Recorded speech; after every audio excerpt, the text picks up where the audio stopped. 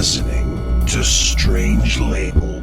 Hello, I'm Chris Briggs. This is the Chris Briggs Show, live every Wednesday night, 8 p.m. Eastern Time on strangelabel.com. Sitting with my good friend John Rapp. Let's do this thing. What'd I do?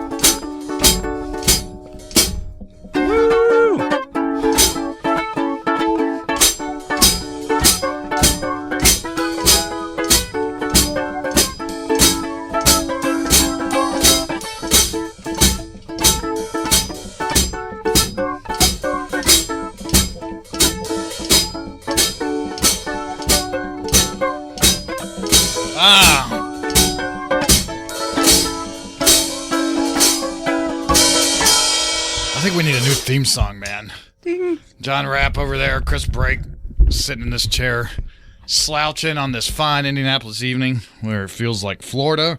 On July 6th, we're speaking to a woman tonight named Christine Smith. Her website is christinesmith.us. And she's really into Lizzie Borden. And we don't know much about Lizzie Borden, so we're going to talk to her and find out. Apparently, Lizzie Borden was innocent. A lot of people know that. I thought she was guilty. All I know is that children's rhyme that I don't even remember. Took an axe, 40 whacks. Lizzie Borden took an axe, gave her mother 40 whacks and something, when it hit the floor, gave her father 40 more. Wow, the father too. Yeah, she was a woman who killed her parents.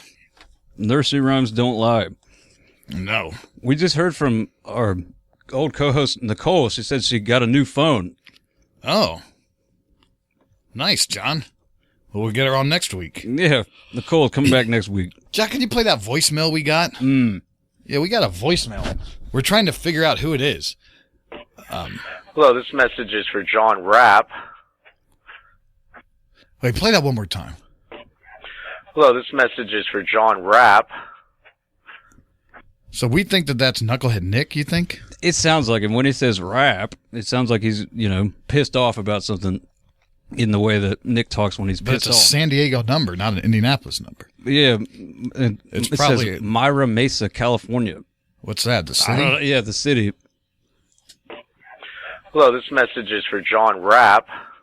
And let's tell everybody that's the end of the message. Yeah, that's all it is. Yeah, it's 5 seconds long. And Knucklehead Nick is this guy. We don't know if that's him, but I think it sounds like him. He's this guy who's been threatening to sue us and harassing us because he claims we slandered him, which we didn't, because slander is when you tell something that you know to be false. So let's call that number. Call him, see who it is? Yeah, he's calling for you, so you're going to have to do all the talking. I'll just lay back over here. He's not going to answer, though. I'll tell him he's live on the air. Okay. Did he up and skip town? Like, how did he get this weird phone number? Beats me, bro. Google Voice fixed their broken selves, and now we're able to call again. Good. Are you doing that? Yes. It says calling.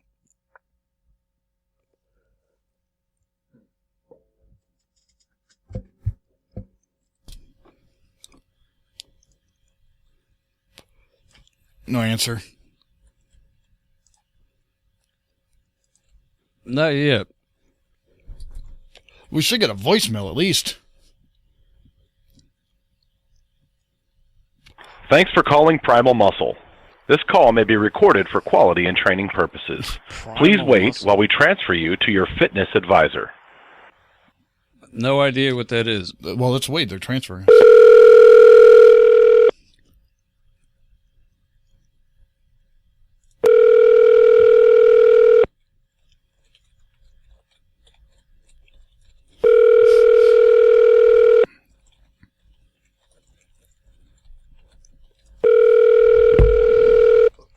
Hi, you've reached Dan at Primal Muscle.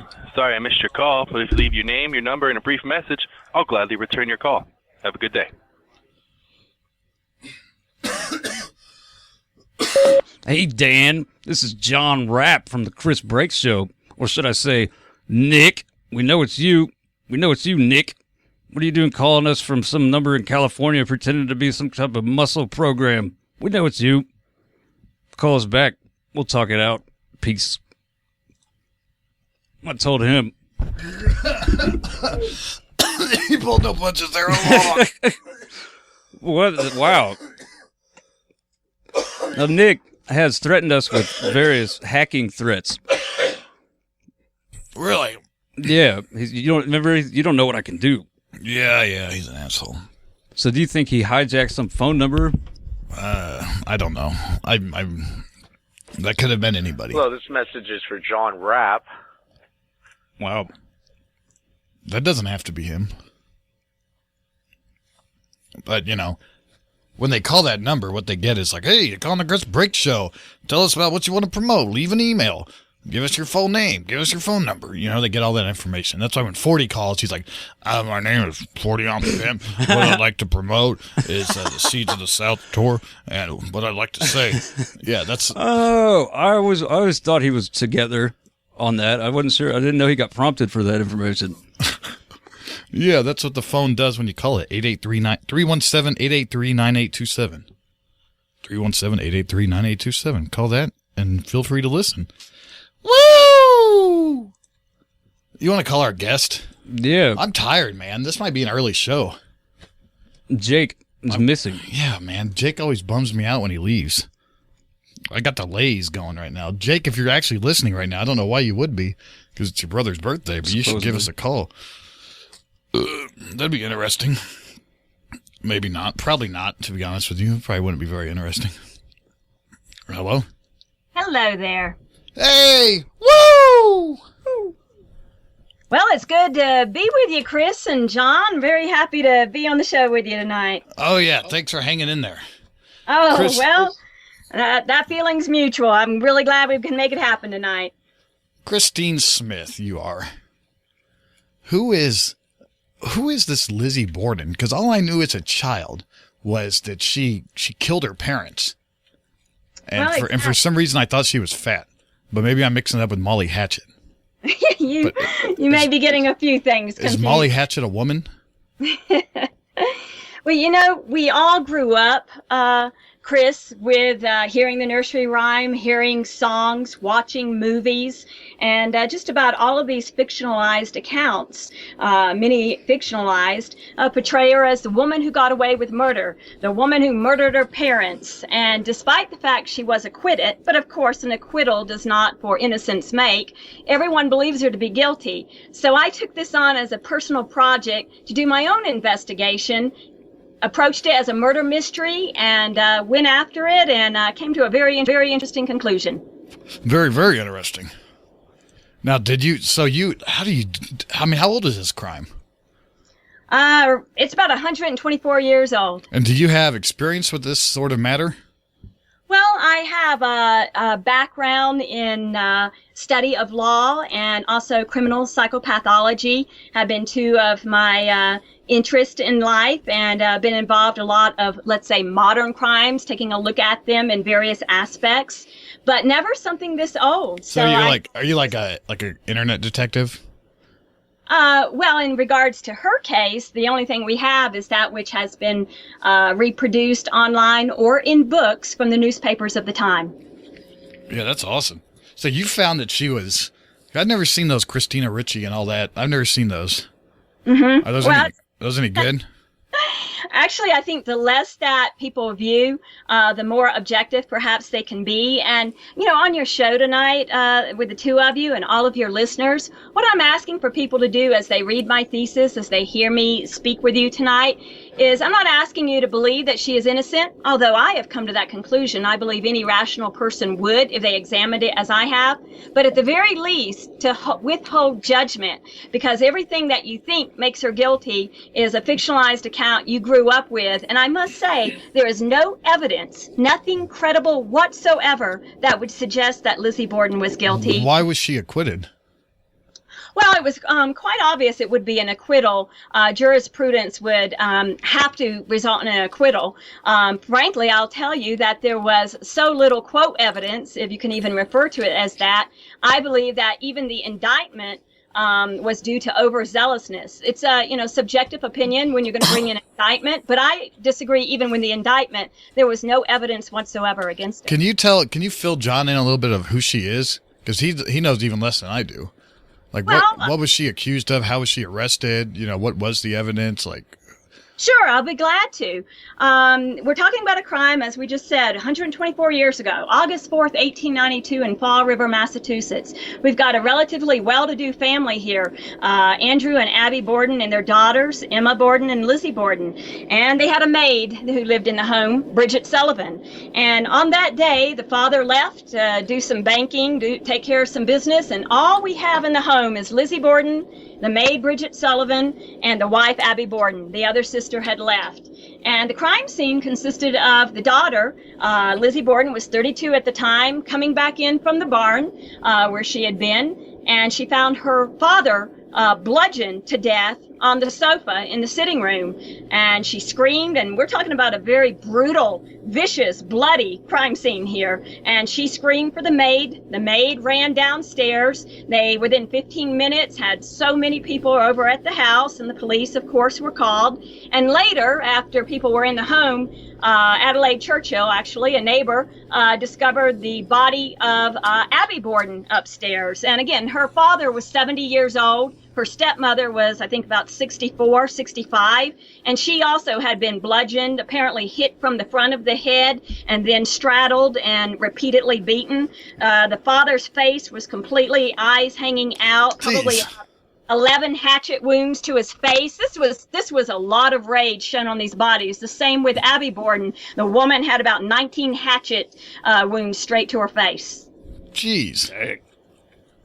I'm surprised a face can take 19 hatchet wounds. Yeah, well, it doesn't and stay too recognizable. And so who else? So Lizzie, she's the only person in the house? No, Lizzie Borden and the maid, Bridget Sullivan. Bridget Sullivan had been working for this family for close to 3 years. She was an Irish immigrant, a maid. A lot of teens and those in their early 20s immigrated and took such work from Ireland. And only these two adult women were in the house during these murders. So obviously the first people you think you'd ask is Lizzie Borden and the maid, right? Well, you would think that there would be an equal investigation into both women. Both had equal opportunity. But what is so strange and suspicious, as I studied the transcripts of the trial, the inquest testimonies, I found numerous, I'll say, very suspicious aspects to how the maid was treated and to trial testimony, which I found very suspicious in regards to the maid. But yet she was never even investigated as a suspect. All of it immediately went to the daughter. Wow. Now, what year was this? This was back in 1892. 1892? Couldn't they just find some black guys to pin it on? Well, you know, for some reason, they decided to take the road that they felt the daughter was responsible, but I can see no rational reason that she was even indicted, which really speaks to, as I read the transcripts about the trial and particularly the inquest, and an inquest, just to, kind of explain it for your audience, is really just supposed to be an objective, fact-seeking inquiry with the persons that were there, just to get facts. It's not meant to be a trial. But I must tell you that Knowlton, the district attorney, attacked Lizzie Borden. Knowlton, he was the prosecutor in the case, and I have to say that I have very little respect for the man. Based upon what I saw here, not only with Lizzie Borden, but with others who were testifying, it seemed like the man had a big ego, in my opinion, and it seemed that the facts of the case were not what he's after. It was as if he approached it, in my opinion, as if she were guilty, and went after that and completely ignored the idea of another woman there who should have been equally investigated from the very beginning. Chris, the maid was simply allowed to leave this home that night, make a bundle and leave, return, make another bundle and leave. Meanwhile, the daughter, Lizzie Borden, was kept under house arrest. Those bundles, if someone had been a murderer, could have carried out a hatchet. The woman was able to leave. She was never investigated. And what happened to Lizzie Borden and what I learned This sounds like a man's job, though. 14 blows to the face with an axe. Well, actually, in my study of criminology, the type of heinousness that we see expressed here, the suppressed rage, is actually quite indicative of women who commit such murders. So they say that, what's the theory that she was being sexually abused or just violently abused by her parents or something? Well, actually, quote, was she living at home at the time, 32? Yeah, both sisters were living at home. Yeah, that doesn't sound right back then. Well, neither one had married, and they were of a certain social status, as it were, at the time. And if you were not married, unlike today, you don't leave home. And they were not, quote, approved of to date outside of their social status. So it was a really different world. And if you were not married, you did live at home. But in terms of these rumors and gossip that, is frequently stated, there's actually no evidence to support any of that. I put it to the innuendo and the really kind of sick gossip type of stories people like to concoct to try and explain something they don't understand. Yeah, I'm looking at pictures. She's not a bad-looking lady. No, and actually, she's a highly intelligent woman. I approached this quite objectively. And like I said, I know what kind of heinous crimes women can commit, particularly brutal when they exhibit such violence. But what I learned about this woman, both before the murders of her father and stepmother, she's got to do something about that hair, though. Well, it's the time, man. But she was really an outstanding and incredible lady. She had a great character. She really helped people. I mean, she was known for her generosity before and after this in some of the most, I would say, astounding ways what this woman did after the fact, after her acquittal, despite being ostracized. She was incredibly generous to friends, family, and complete strangers, those who worked for her. I mean, what I learned about her is outstanding. She's a far superior woman than most I've ever met. This Christina Ricci poster or whatever for the Lizzie Borden Chronicles is hilarious. She's got a veil holding a bloody axe and says she's got an axe to grind. Yeah, it totally makes her look totally guilty. It's like Lizzie Borden's crazy. She's killing everybody. Yeah, well, that's Hollywood, as they say. Is it fun to watch, even though it's not based on any truth? Oh, I chose actually not to view it. I've seen it in my life. No, I didn't. I did not watch it. I know the facts of the case and did not care to see another account based upon what I'd heard of it. You need to do a she's got an axe to grind. And there was a movie too, I think. I feel like show and a movie. I feel like they're the same thing, aren't they? It's the same. It's Christina Ricci in both of them. Yeah, I think so. Yeah, it's just weird. I don't like that. Yeah, I think there was a series, but what is interesting, guys, is the fact that there's such an intense interest in Lizzie Borden to this day. I mean, you take a look at that film and that TV series. You take a look at the plays that are crossing this country right now. Everybody has this intense interest, but everyone seems to come to it as if she got away with murder. And I am here to say that any rational look at the facts, you would just laugh at the whole idea. And why was she even charged? There is nothing to suggest that she was guilty. And on the contrary, much in the testimony, both inquest and trial, for her innocence. Now, who do you think did it? And what's the story on this Emma, the sister? Well, in terms of the sister, she was not there that day. She had left for a nearby community. The sister and Lizzie were very close. Lizzie Borden and Emma's mother had died when Emma was 12 and Lizzie was only 3. And so her sister, Emma, really became her mother figure, and they were very close, but she was not in the house at the time. I'm sorry, what was your other question? I got no idea. Who did do it? Well, we're never going to know who did it. What I can say to that, because the time for investigation and so much that should have been done on both women was not done at the time. So there's no way to say who did it. I believe that any objective person should look at this as a classic whodunit.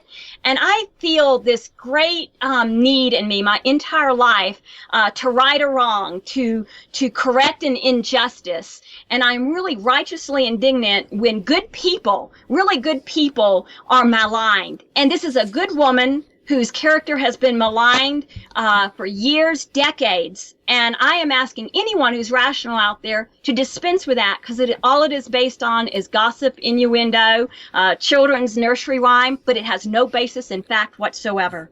I know a guy who probably believes that it's a hoax. Yeah? Yeah. Dave Johnson. He probably would say no one got hurt and no one died. Yeah. Now, what's with this obsession with Tim Roth? I'm worried about you. You're not the first one for various reasons. In regards to Tim Roth, you're making reference to my Tim Roth page on my website. Yeah, in case somebody doesn't remember Tim Roth, he's an actor. I know him from like Reservoir Dogs, Mr. Orange, and you got it. What else was he in? He was in.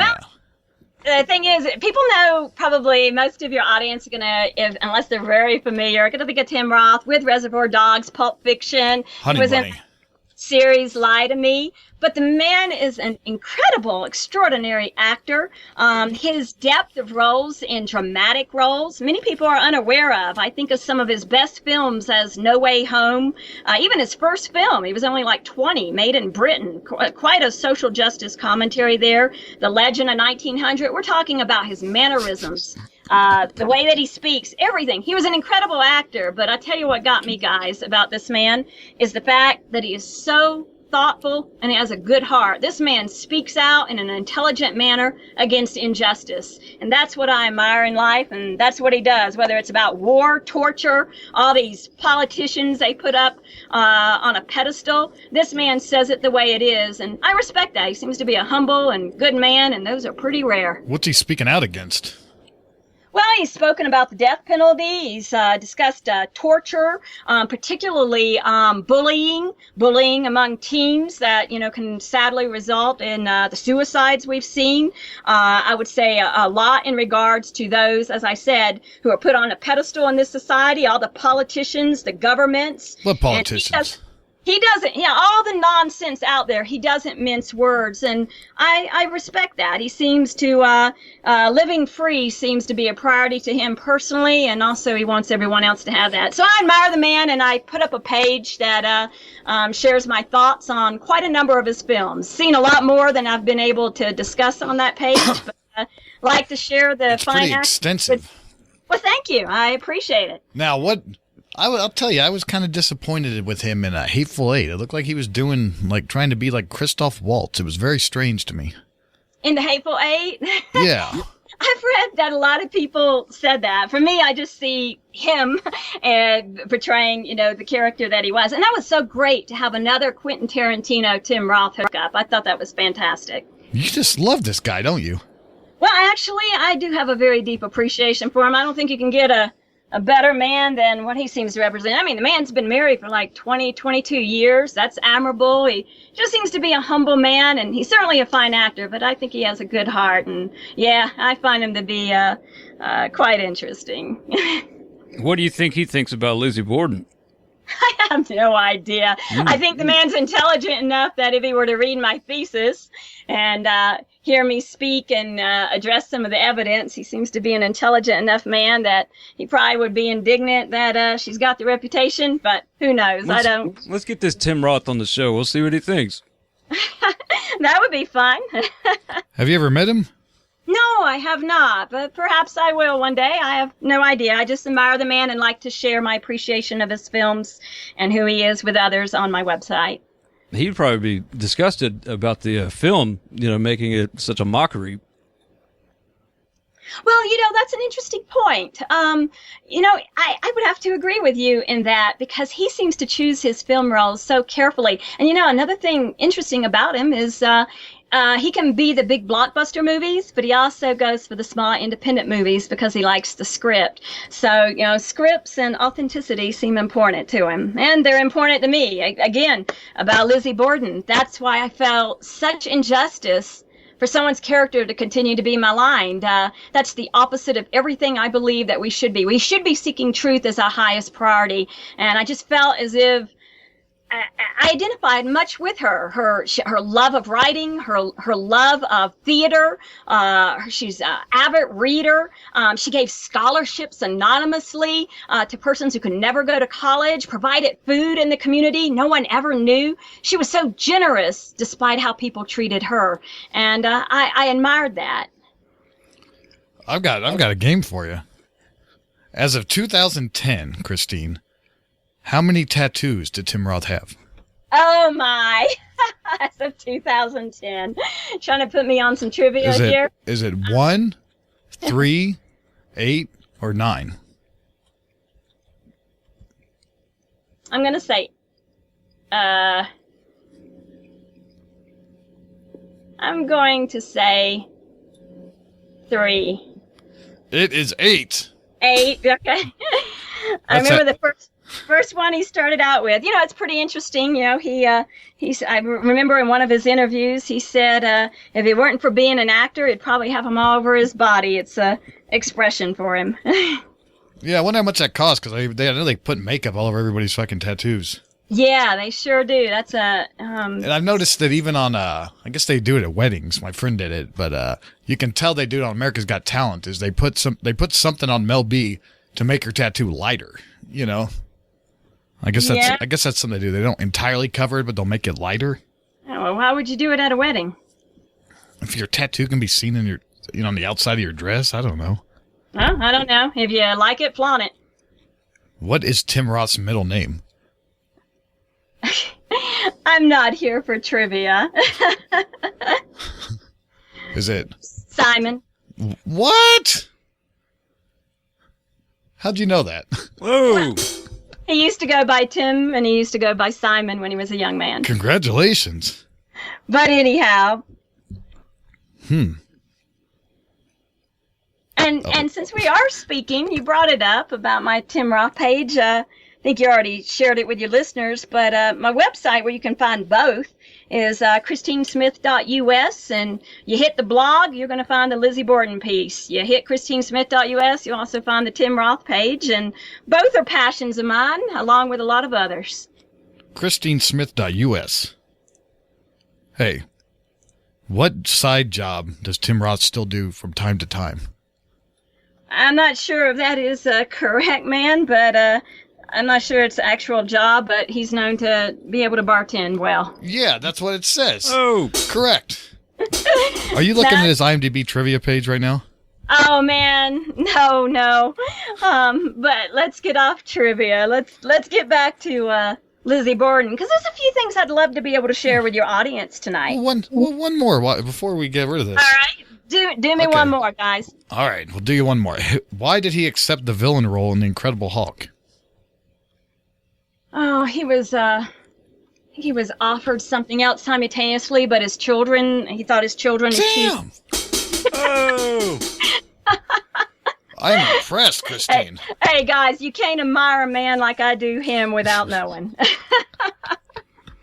Well, he's to me a perfect example. Not that any man's perfect, but he's a perfect example of what a man should be. You go on Jeopardy, you clean up the Tim Roth category. You better believe it. It'd be the first one I choose. Have you seen every one of his films? I've seen most of them. I own most of them. Yeah. And it's that's why I like to share it. Most people have no idea of the kind of work he's done over the years. Quite incredible. Quite prolific. Yeah, that guy's a maniac. Never seen a lot of his films, though. Yeah, well, pull a few. Was he in District 9? I don't think so, but I sure didn't like that movie. I think it was a different guy. All right, well, I mean, Christine, what do you got? Hello? Yes. Here's something I was reading on here about who else could do it. Someone's saying that they could both have done it, the maid and Lizzie. Yeah, that's a speculation that's been brought up. I mean, you got to look at it realistically. This is a really small home, and the idea that any stranger came in, I mean, anything's possible, but the idea that a stranger came in off the street, killed Abby Borden upstairs, hid up there for 2 hours, not knowing the man of the house was going to return, because he normally would have come in quite a few hours later. He was feeling ill, so he returned, and then kill him too, and then be able to escape without either woman seeing him. It seems improbable. So then you take a look at the two women being there. And again, I go back. There was some interesting testimony. I guess there's one thing I'd really like to get across, because some of your listeners might be familiar with some of the quote evidences they throw out. One of the most I would say things most overlooked is in the trial. There was an ice cream man who saw Lizzie Borden leaving, the woman of the house, leaving the barn and entering right when she said. Prosecution had to say that never happened, and yet he saw that. Number two, there was a note, and this is what is really suspicious about that Are you suspicious maid. of Vicious? Who? Do you think it was vicious? I'm sorry? So so they're saying that it could have been both of them together?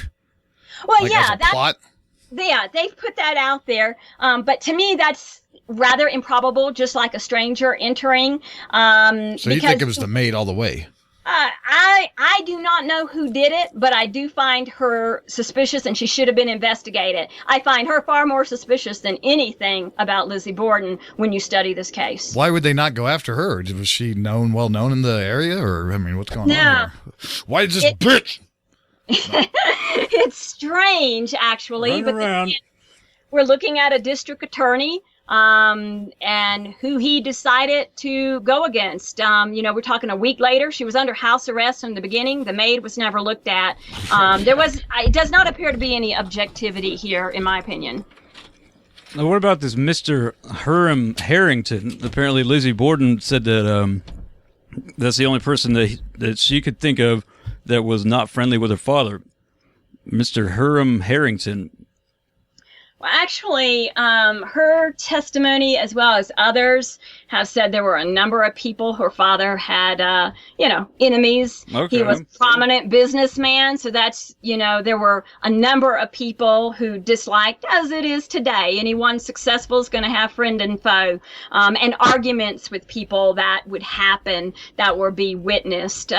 But a lot of people of that prominence and of that wealth, have enemies.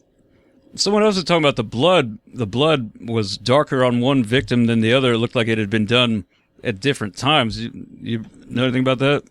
Well, yes. It appears, based upon the evidence and the reports at the time with the coroner, the examination of the body, that Abby Borden probably was killed about 2 hours before the father, who returned and lay down for a nap, and he was killed as he was sleeping. So about a 2-hour difference there. So if it was someone that was outside of the house, the family, they would have had to stay in the house and then wait 90 minutes or so and then come back and kill. That's what this is saying. Right, and that's highly unlikely considering the size of the house. So it's probably someone in the house is what that, if you're going off of that, it sounds like it's someone in the house. Yes, it most certainly suggests that. And, what I want to raise in people is, why weren't both women equally investigated? Yeah. And upon an investigation, there's so many of the, quote, evidences that are false and are out of context and can easily be dismissed in my study, as well as testimony that really raises some serious questions. By the way, the maid's, Bridget Sullivan's inquest testimony, which is critical to a researcher like myself, at the time, was, quote, lost, end quote, which I find suspicious, considering her trial testimony was so extremely detailed with the prosecutor, and suddenly I don't remember whenever she was under cross-examination, including some very damning questioning about the note that she said she never knew existed. No one came to ask for Abby, and you may not be familiar with it, but some of your listeners may. That note was something the prosecution always implied, well, then Lizzie Borden's lying. But what we have here is someone testifying that the maid told them Abby Borden quit dusting, got a note from a little courier, and ran out the door. And we know that's not true because the woman was dead upstairs. So there's a lot of things in the inquest and trial testimony when you take a look at it, and we should be able to have that maid's inquest testimony, but of course it was, quote, lost. So the maid could have brought someone in and hid them or something, right? Well, I mean, anything is possible. It's just a matter of probability. That's probably what happened. We're just never going to know what happened. But again, you got two women there, and it's a small house, and what's going to be seen. Lizzie Borden had simply left after helping her father lie down for the nap. She had left. She was getting ready for a fishing trip, gone out, got some pears, and went up in the loft, a very hot day, and was looking for her fishing lures, came back in and discovered her father's mutilated body. So it was a traumatic time. I found it very interesting, and I did approach it just to find out if I thought she was guilty or innocent, regardless of the acquittal. And I not only agreed with the acquittal, I actually came to believe her to be innocent. And that's what I wanted to do, is to change the public opinion of this woman as best as I can. Lizzie Borden, innocent, probably. Yes, at the very least, let's ask those who haven't done the kind of research I've done. Don't pass judgment and assume she's guilty. And as for me, I think if you studied it as I have, you can't come to any other conclusion. Go to christinesmith.us to see all the work. Yeah. Christine, thanks so much for coming on, taking time out of your day to talk to us. Well, thank you. Thank you, Chris. Thank you, John. I'm glad we were finally able to make it happen. Me too. All right. Well, this is the end. This is the end. Hello? No, I'm looking for the end. The end music. The end music of the show? Oh, right. Oh, if you want this to be a 30-minute show, that's fine. Oh, you said this is the end. Okay. Oh, bye, Christine. Oh, yeah. You hung up on her a long time ago. Yeah. When you said this is the end, I started looking for music. Oh, man. My brain's just feeling crazy. I had to step out. This Lizzie Borden talk was getting to my head. Yeah, it was just too much stuff. I had to get out of the room here for a minute. Now Tim Roth should make a sort of documentary biopic or something about Lizzie Borden. That's not going to happen. You're out of your damn mind, John. It would be cool to see a film about all this stuff. Like, they made Making a Murderer. And if so, like, it just sucks you in. This sounds very interesting, but it hasn't been presented in a... I really want to talk to 40. Can we make that happen? Yeah. We've been trying to. Not on Skype. It has to be on the phone. Do I need to find his number? You got it, right? Yeah. I have it. And then we also have the Chilling with Jason. Oh, yeah. We got a clip from our upcoming episode, Chilling with Jason. Coming to you live in 2 months. I think it's less than 2 months now. 7 weeks. Chill with Jason. I know it. I'll tell everybody. I'll tell everyone. Oh, this is Jerry the King. Chilling with Jason. Coming at you in a couple of months. Be on the look. You got 40? No, you don't. Yeah, we're getting there. I miss talking to that guy, man. Literally, we missed it. Like, every time we try to get him on, he calls right after we end the show, or I know, during the other guest. And plus, there's that thing that he posted I really wanted to talk to him about. I'm worried about him. But he's not going to answer. Whoa. I can't talk right now. I'm at rehab. I'll give you a call back in half an hour. Okay, man. I don't know if we'll be here, but keep it up. Oh, well, yeah, like 10 minutes. Just give me a minute. What kind of rehab? Physical? Or drug? Hello? He hung up. He said 30 minutes, and then he said, well, hold it, 10 minutes. 10 minutes? He's at rehab. He answered. Yeah. I thought it was his voicemail at first. He put on his voice. I can't talk right now. It was not. That was live. 40-ounce pimp. He's in rehab. Wow. Coming to you live. Yeah, man. I can't find that thing. Live from rehab. Hopefully he's getting some help in there. Can't find that thing, man. What? 40. He, I screenshotted an update that he had. Because it said some scary stuff. Oh, I haven't seen that. Yeah, it said that they were going to, the doctor wants to take his leg. Take his leg off? Yeah. I read this last time. I don't remember that. The doctor said, your left foot looks seriously infected. I'm concerned you may lose the foot. I'm concerned you're too intoxicated to reliably take medications as prescribed. I discussed referring you to the emergency department. Your girlfriend agrees to be responsible for giving you the antibiotics twice daily, and your mom will bring you back in next week. If it looks redder or the redness spreads, go to the hospital. Wow. What happened to his leg? I don't know, but there's a funny picture I found online when he was chilling with Dale J. Gordon. I noticed that he was wearing like a high top on his right foot and a sandal on his left. Oh, yeah. I do remember us talking about this. Yeah, so I think that might have had something to do with it. He had to put a different shoe on. Maybe. But his leg didn't look... Well, I don't know. I asked Dale what it was about. He said it must be a southern thing. So Dale didn't even know that he was about to lose a foot. Yeah. His leg looked fine, though, didn't it? He's always got those like gym socks pulled up to his fucking kneecaps. Wow. Before he keeps it fresh. What could have happened to his leg? Remember when that used to be the cool style back in the day? No? What, pulling the socks all the way up? Yeah. You get like Nike brand or Adidas brand. You pull them all the way up as tall as they go. Yeah. That's horrible. But then it became cool with the white socks. You know, you don't want them high. You got to push them down, you know? Yeah, someone, my friend, like Joe, you know, growing up, he was at one time, and I was thinking about this earlier. He was like, "Why do you always wear those socks that are like mid to the knee?" You know, he was like, "What even are those?" You know, it's just like he wore those socks that went all the way up to your knee. You know, and I was like, I don't know, man, it's just some socks. Like my mom got up there, socks, like soccer socks. He wore them all the way up to his knee. Yeah. But he didn't pull them all the way up that high. He just they just could be kind of slouchy. But that was a normal sock to him. And he saw this sock, and just one day he said, "Why are you always wearing those socks?" He said that to you. Yeah, fuck that guy. He said that to you. He asked me why I was always wearing it, and they're like mid cut. Fuck that guy, dude. And you don't talk to him anymore. Right. Yeah. You can't hang out with a guy like that. He got hit by a bus. Oh, which man. is not funny at all, but in this conversation it is. He's fine. He's fine now, I guess. He just happened to be hit by a bus. What? Yeah. Was there a story to it? That's all that I know about it. I was walking one day, hit by a bus.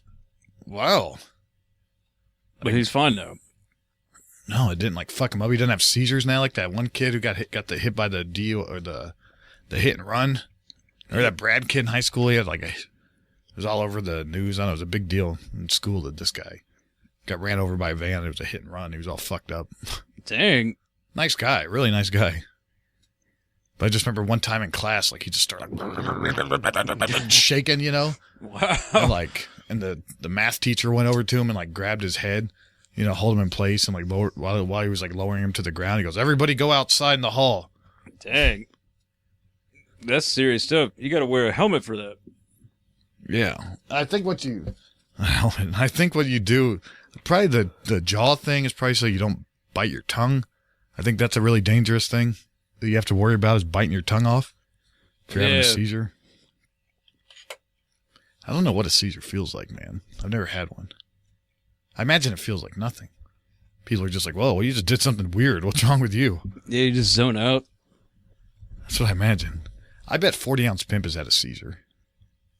He seems like a guy prone to all sorts of medical conditions. I mean, they're going to take his leg, man. That's horrible. Like, I'm pretty sure the guy can barely walk as it is. Yeah, take his leg off. They can give you a prosthetic, though, right? Yeah, but... I mean, it's not a leg. It's a fake leg, man. I've seen people walking around with those fake legs. Yeah. But I think this is an avoidable situation where he could not have the fake leg. Yeah, it sounds like if he's in rehab or something. You think he's taking care of business? Yeah, or they cut his leg off and he's in learn to walk rehab. Physical rehab. Yeah. Oh man. WebMD says there are many reasons an amputation may be necessary. The most common is poor circulation because of damage or narrowing of the arteries. I can tell you what it's called. What? Cellulitis of left foot is what it says. That's what he has? Cellulitis. Cellulitis. Yeah. Cellulitis. Motherfucker has cellulitis. Cellulitis is a common, potentially serious bacterial skin infection. How'd he get that? The guy's got a skin infection.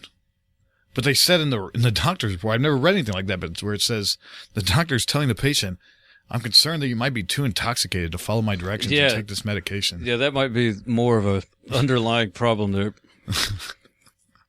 That's remarkable. It says skin on lower legs is most commonly affected, though cellulitis can occur anywhere on your body or face. It might only affect your skin, or it also might affect tissues underlying your skin and can spread to your lymph nodes and bloodstream. Whoa, how do you get it? The computer's zoning out. The computer's it's fading. Welcome to the club, buddy. There's a script. Stop the script. Web and Mayo Clinic's trying to run some scripts. I'm sorry for that clicking. Need to get a We got a what? strip helix on this. All right. How long's it been, man? It's been like 5 or 6 minutes, maybe 7. Okay. Exactly at 10 minutes, we have to call him. And then we'll get off the show if he doesn't answer. But I want to hear from my man there. Especially now. They're going to take his leg. Whoa, dude. If you had a prosthetic leg, I'm pretty sure you could hide some money in there. Who's going to fuck with the man's leg? He hides his stuff under the folder, but I'm pretty sure with a prosthetic leg, you can probably hide some stuff in there. You definitely could. I wonder if they make some that have pockets on them. Compartments, you know? I'm sure you could get a customized one too. That'd be cool. Surely they must. But I don't know, maybe it'd be too heavy. You know what? I saw a weird scene in a movie the other day. Left untreated, the spreading infection can rapidly turn life-threatening. Okay, I was watching this movie the other day. Could better do something. And I had my head turned. I wasn't paying full attention to it when it was on. But I'm pretty sure there was a scene in it where this guy I think he was jerking off in the shower. And right when he came, he vomited. Ugh. I was like, oh. I could be wrong. I was watching that Lance Armstrong movie. Oh, yeah. The Program. It's on Amazon. It wasn't, it was pretty good. I like that Ben Foster guy. But, plus Chris O'Dowd. But I'm pretty positive there's a scene. Maybe he wasn't jerking off. But that's about when I turned my head. I was like, oh, wait, what's going on here in this scene? And I thought I saw some arm moving. And, and then like some, and then, I wonder if I really saw that. Because that's a pretty strange scene. Does testicular cancer, because that's when he found out that he had testicular cancer. Would it cause something like that to happen? It sounds like it could, yeah. The guy blows his wad and he vomits. I could be wrong. Okay. You know what time I think it is, John? What? I think it's 10 minutes. You can check. You got the power to do this, man. I think it's been 9. 9? 40. I need you, man. I'm worried. I need an update. You really gotta... I'm telling you, man. Go... If you're on Facebook, don't be afraid. Just go friend the 40-ounce pimp. But his name is not 40-ounce pimp on there. It's Sean Fortenbaugh.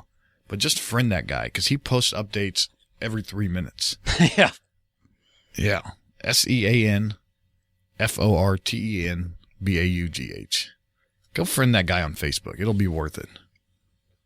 He might even send you a message, but just ignore it. That's what I do. Has it been 10 minutes? Yep. Yeah!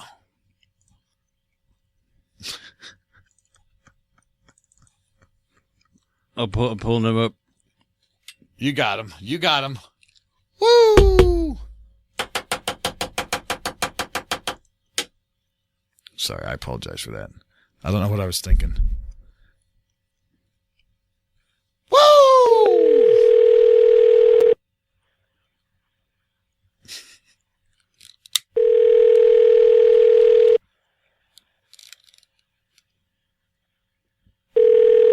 Come on, man.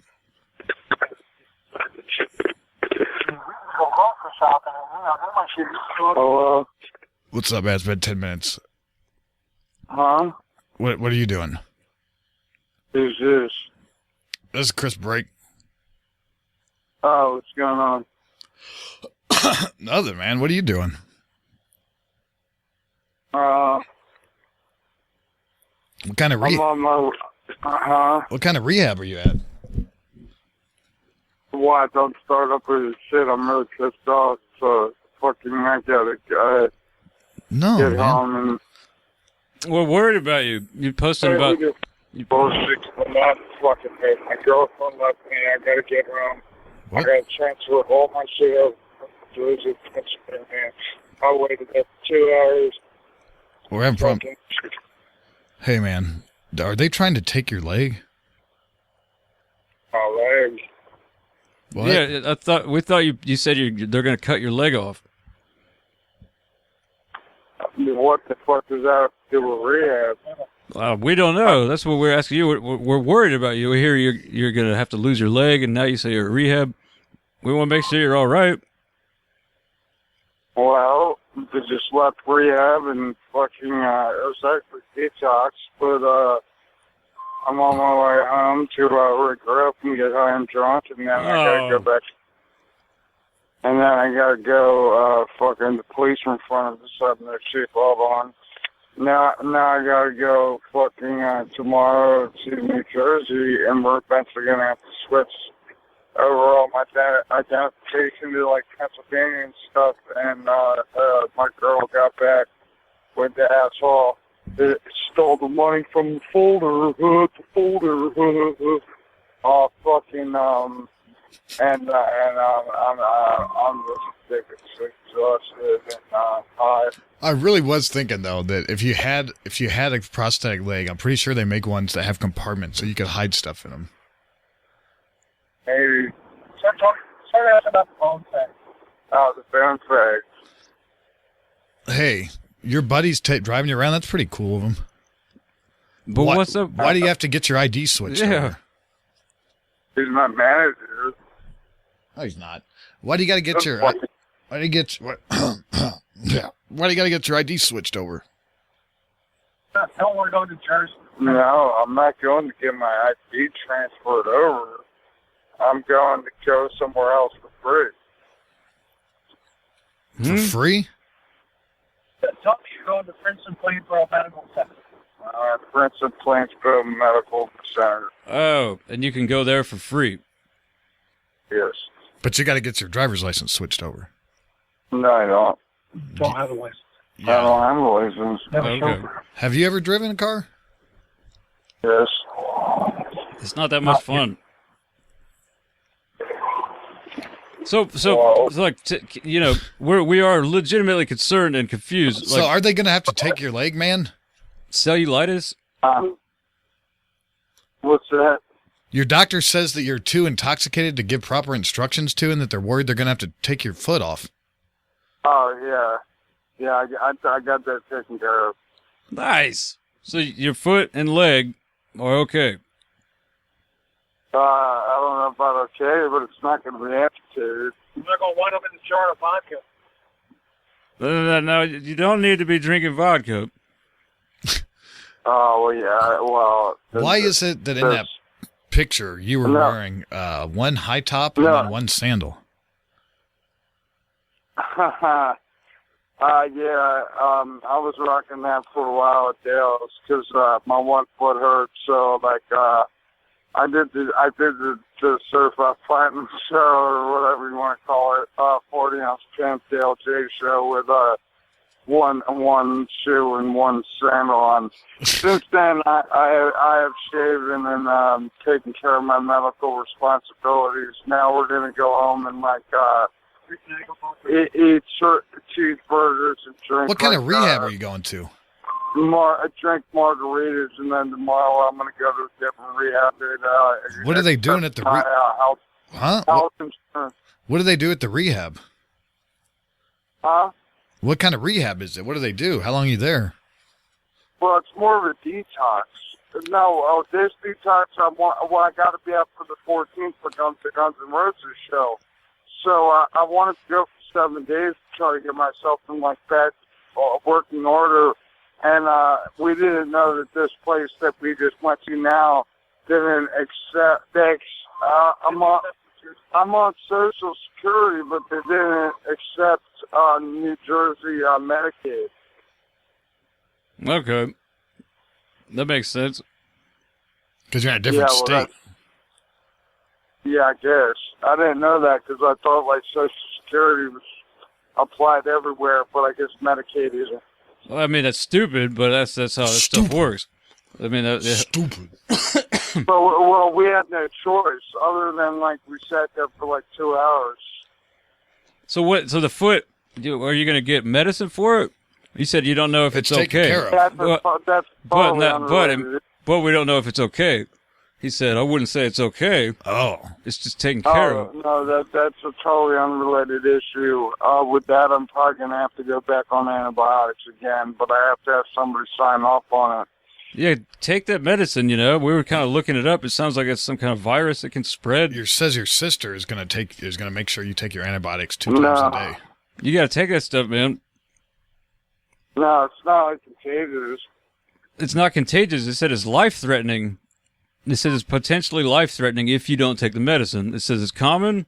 But I finished the entire script. I'm saying now I might have to go on a second round. And your foot's hurting. You probably should do that.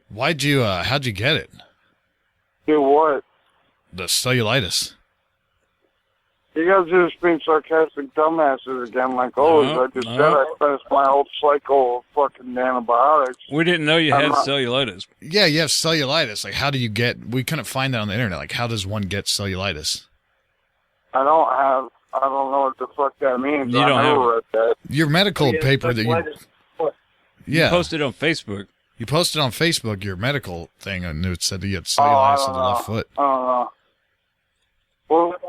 And it said acute intoxication and alcoholism. First I broke my foot skateboarding in the kitchen, and then it's possible because I never wear shoes that I stepped on some broken glass outside or something. Oh. See, you got to take that stuff, man. Yeah, or at least wear those, like, bands on your feet like Scrooge McDuck. No, I'm going to wear whatever the fuck I want and not be told what the fuck to do. Are you going to lose your foot because of it? Yeah, like, remember... Not worth it, man. You got to take the L. What the fuck do you care to make fucking some fucking radio show? Remember Nike used to make those, like, I don't know what they were called, bands or something, but you would wrap them around... I'm way more concerned with not being fucking hacked. You wrap them around your shoe. Hanging out my air conditioning with my fucking boy, and fucking, now I don't even want to go to rehab or whatever, and fucking fuck you. But what do you care what I do? Fuck you. Because we want you to get solid, you know. It's not good to lose a foot. I don't want you to lose a foot. Although good to be. Well, I gotta say, at Dale's house, I had like way too many unnecessary hours to waste when he was at fucking work or whatever, just playing with his stupid fucking instruments and growing a retardedly ugly beard. I would have to fucking say, man, like, when we started going through every fucking record, everything in the house, go over CDs and whatnot, not going through her shit, but I mean just being there for what? You were looking under Dale's folder. Oh, man. What'd you find? Sonny ran across the bone facts.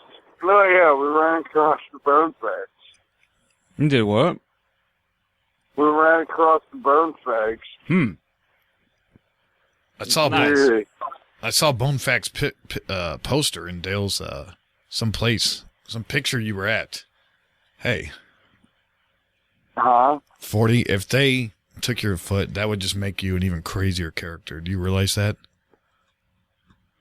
I don't want to be a crazy character, like other people's opinion and me. You'd no longer, dude, I'm sorry, but you would no longer be the 40-ounce pimp. You would be the 40-ounce gimp.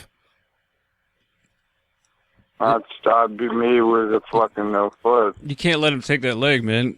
You don't want to be the 40-ounce gimp. Foot smoker. It's not a matter of letting them take it away. Well, they will take the medicine. It says here that you can get it from a cut. Man, the CD is horrible. Just a little bit. It says you can get it from a cut. I should have fucking thought it was going to be or insect bite. It's caused when something comes through a crack in the skin. So you went. We never talked about this. You did the Siege of the South tour, and you were supposed to go to the Shreveport Crawfish Festival. And no, we didn't do the crawfish, but we did go to Louisiana, though. And you went Louisiana? Yes. You didn't go to the Crawfish Festival? You said you were going to, but... There was no festival. We were going to buy a whole bunch of them, but we didn't end up getting the crawfish. But we did out of season, but we did go to Shreveport, though. Was it Shreveport? Actually, we went to Arcadia. Arcadia. Hey, so then you went and played with Dale. Like, you did a big show with Dale. Was that at a house? How was that? Tell us about it, man. That was Nashville. That was some studio. It was more of a house show. Wasn't a big show, but it would be all you would expect from Dale, and it went really good. Like we did Return to Ghost for the first time. I never did that before. He had this guy playing bass and stuff, and we had practiced it in his apartment previously or whatever with him on guitar, and they took the time to figure out all the chords, and I sung and didn't rap. So that was the first time I ever attempted to do exactly anything like that. Well, no, I used to have a rock band like in 2007, but like other than my hip hop set or whatever, that was like very different for us. Where was it at? What? Some sound, dude. No, the city. Some kind of studio. They had a bunch of equipment. All I remember is that it was foggy as hell, and I couldn't see anything. And apparently, it sounded good. And Nashville? Yeah, that was in Nashville. Yes. Is that what that is? I've got it. This is it. 2016. Rockin' 1, fucking 2, roll. 3, 4. Alright. The lyrics are right there in front of you. What's great for? We're listening to it. No, that can't be. No, that might be the demo. That was practice.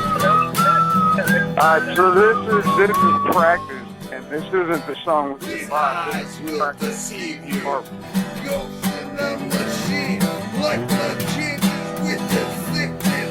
And now That's you're in my dream. What? Is that 40? I think so. Yeah, practice. That wasn't what we did. Calm down, buddy. Cables and wires, I'm a shell of a man.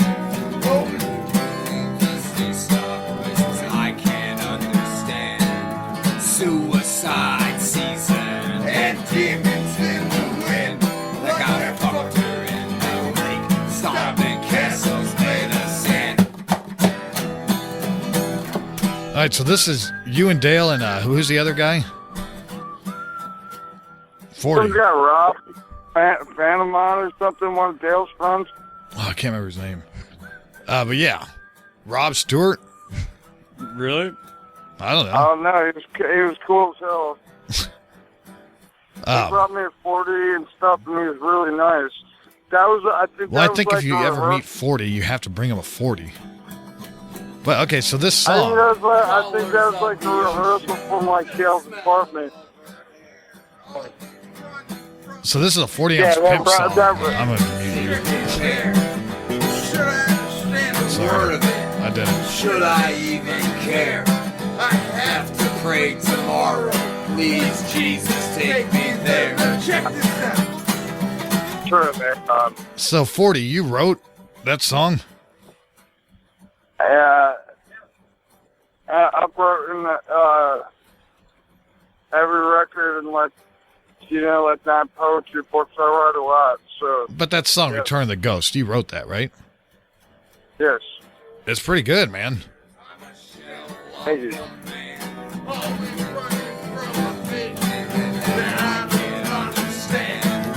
Suicide season and demons in the wind. Like I fucked her in the lake, stomping castles made of sand. What'd you say? I fucked her in the lake? Yeah.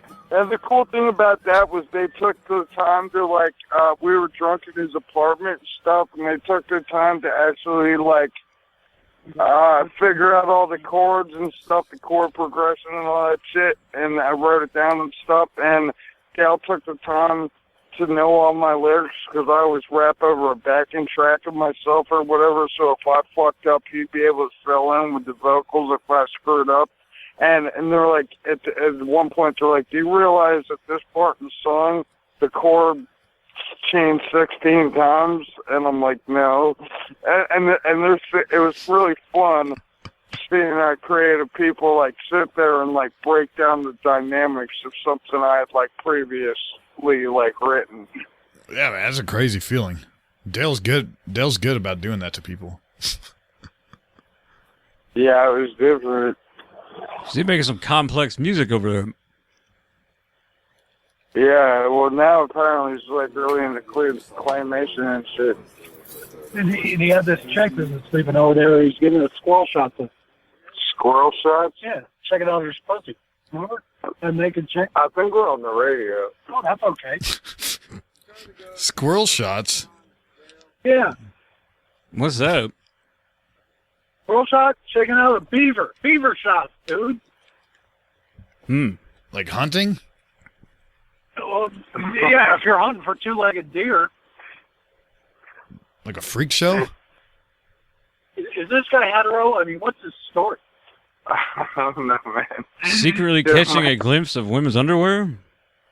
Fuck no, man. Full frontal nudity. Yeah. What about it? Never heard that term. You never heard the term a beaver shot? Hold on, Chris. You said squirrel shot. You said squirrel shot. I thought you were talking about drinking alcohol. I know what a beaver shot is. Because we just circle around and plus it is. I've seen Loaded Weapon number 1. Not to get beer. I've never heard of the term either, so you're not alone in this one. No, man. If you get a look at a woman, private parts, but it's a beaver shot. They used to be from Hustler. Hustler used to have a Hustler beaver shot. I didn't know we were going to be speaking to a pervert. Amateurs. What? I didn't know we were going to be speaking to a pervert, man. This is awesome.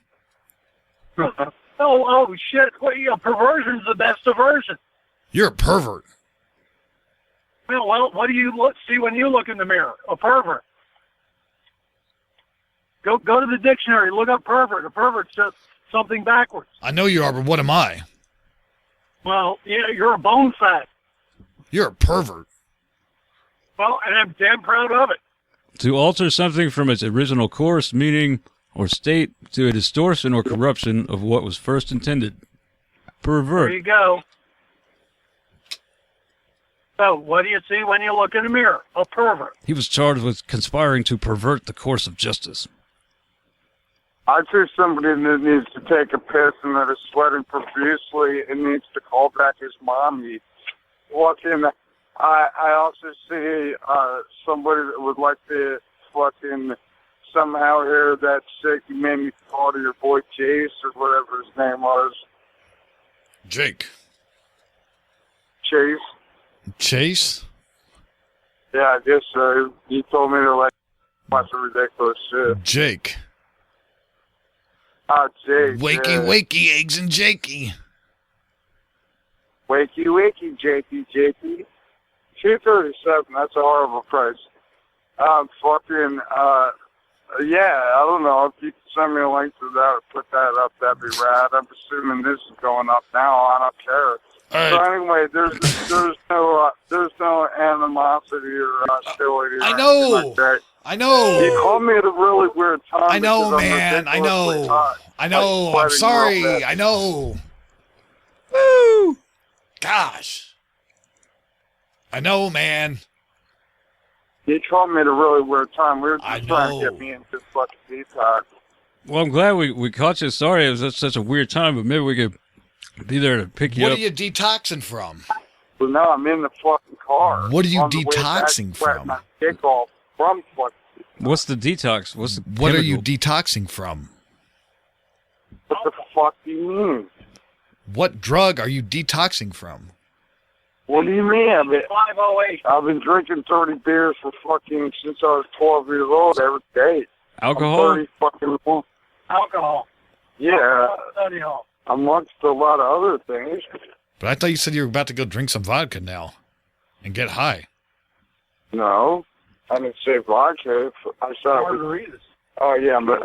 Tequila. Yeah. You're gonna drink alcohol and get high? I don't understand. How does this life work? So why do you detox? Okay, well, no, I get high on fucking weed and the fucking pain pills. I gotta get out of the car, fucker. So why do you... Pain pills? So, wait, I don't understand. What's the point of detoxing? What's the point of detoxing? I don't understand the theory there. He's going to rehab to detox, but then he's going to go get fucked up and take pills? Maybe he's just saying it. Yeah, okay, you think he's just trying to be cool? Maybe. I hope not. I'll tell you, that's not cool. All right, John, let's do this thing. You got to do Jake's part today, okay? Uh-oh. Help me out here. Don't be a ponce about it. Man, I can't believe that guy was such a pervert. He had a little rhyming thing. And you know what? Fuck that guy for telling you that you can't wear those socks. Who's this guy? Got socks up to the fucking kneecaps. Get the fuck out of here with that shit. Asshole. I'd like to thank Darren Snyder from Indian Tune, Mike Moore from the Wheelbarrow Full of Dicks Internet Radio Program, John G. from 405 Media Group, Mary Liz with Rumsey, Dora the Explorer, Rich Barker from Punk Rock Night, The Melody Inn, and Kenny and Mike from Howie at the Coffee Shop. Ron at Radio Max Music, Jeremy at the Couch Potato Nation, Mark at the Tangent Bound Network, Jack at the Mix FM, Suma Peter at Loudtown Online Radio, Mike from the Wheelbarrow Full of Dicks Internet Radio Program, Tom at TalkStream Live, Mike at IRN Internet Radio Station, Toby at Radio Blitz, Mars Soundman at United Sounds Choice, and Tico FJS Radio, Peter John Cornucopia Radio Broadcasting. You could have gotten all that done right before the end of the song. You had plenty of time. TJ you had plenty of time. Deep Talk Radio. I could hear it winding down. I can't see it though. And Big Nate on the air at Cover Charge Radio. Thanks, guys. Bum, bum, bum, bum. Okay, thank you very much. I hope you play it, and I know this is recording, and I hope you play it. Okay, see you guys.